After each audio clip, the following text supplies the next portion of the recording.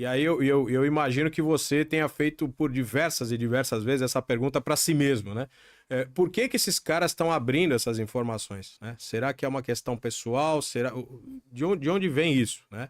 Porque são informações, né? São segredos que quem tem uma formação militar, como esses caras tiveram, são segredos que o cara tem que levar para o túmulo, né? Não são segredos que ele tem que difundir, a menos que ele tenha mudado de lado ou que a sua personalidade exija, né, por conta de vaidade ou por conta de qualquer outro aspecto, essa vontade imperiosa, imensa, né, de se colocar em algum lugar no mundo, em algum lugar na história, né? Então eu queria escutar de você um pouco de o que tu acumulou, né? Qual é a tua síntese para essas questões, né, que estão aí nesse campo. Olha, eu acho que a primeira isso você tem razão, isso de alguma forma me me assombrava, vamos dizer assim, ou me instigava, melhor dizendo, né. Entender porque uns falavam e outros não, porque uns falavam muito e outros falavam muito pouco.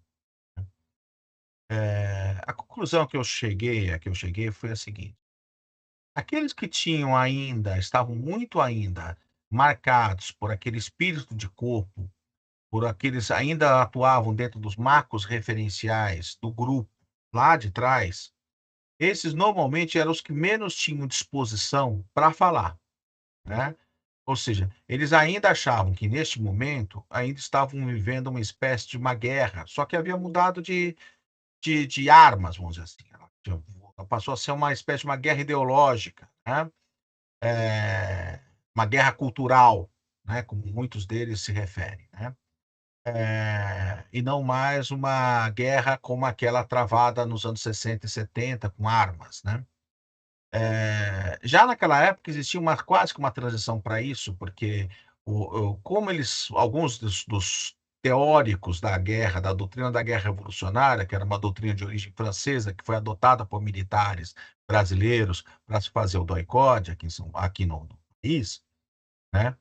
Essas pessoas já viam, digamos assim, dentro do que seria essa guerra moderna funcionava em diversos campos, não mais só no campo de batalha clássico, né.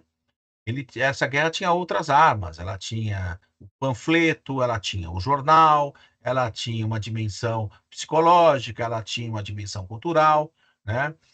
E ela tinha uma dimensão informacional, ou seja, lutar por estabelecer a sua informação, e vencer o inimigo dentro das operações, chamamos assim, operações psicológicas, era algo tão importante quanto você tirar o revólver, a metralhadora, o fuzil das mãos do inimigo, né. Era importante também que você conseguisse dominá-lo nesse outro campo, no campo, em que era preciso conquistar, vamos dizer assim, as mentes, os corações, né, das pessoas, do povo, né. Essa ideia faz com que a política, portanto, se transforme numa espécie de continuação da guerra, né, e não o contrário, né, como pensavam autores clássicos como Clausewitz, né.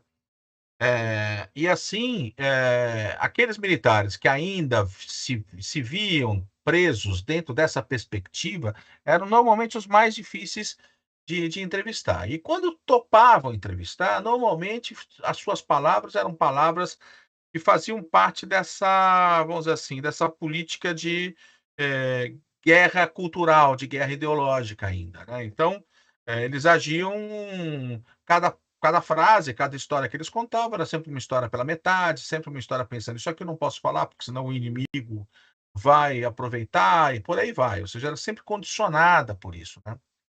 Existiam outros que conseguiram se dissociar. Aqueles que viviam, vamos dizer assim, uma perspectiva de, como eu poderia dizer, quase que de veterano, né, ou seja, a guerra foi, aconteceu, eu passei por lá, eu tenho uma história e eu posso contar essa história, né, que é uma história minha também, né. Algumas pessoas faziam isso porque, assim, eh porque acreditavam ainda que o que fizeram estava correto.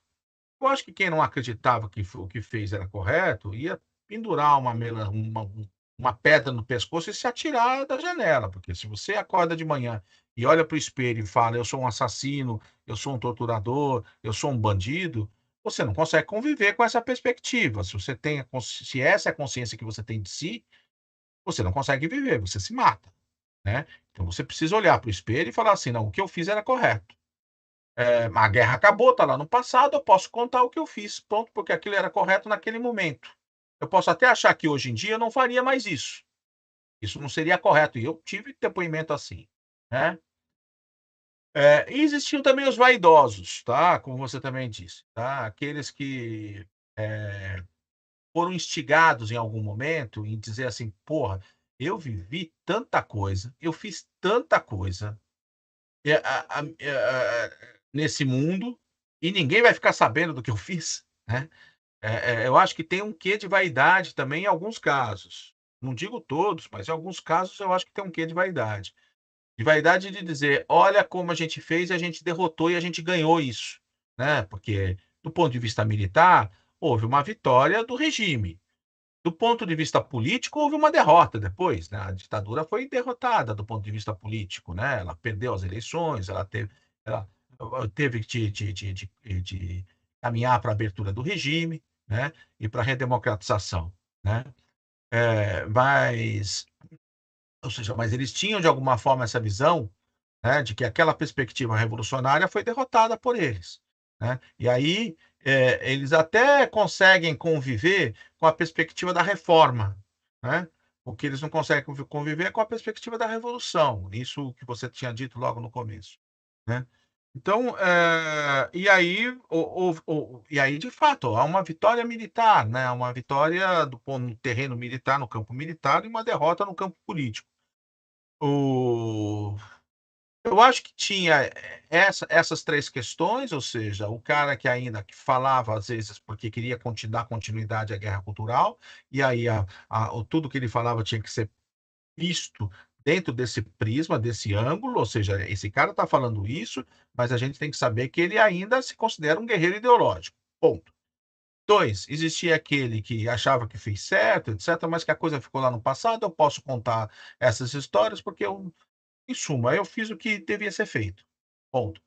3, existia aquele sujeito que era simplesmente vaidoso, e que talvez hoje ainda fosse um guerreiro cultural, um cara que vai combater a esquerda, que vai combater aqueles que ele acha que, estariam na oposição ao regime militar,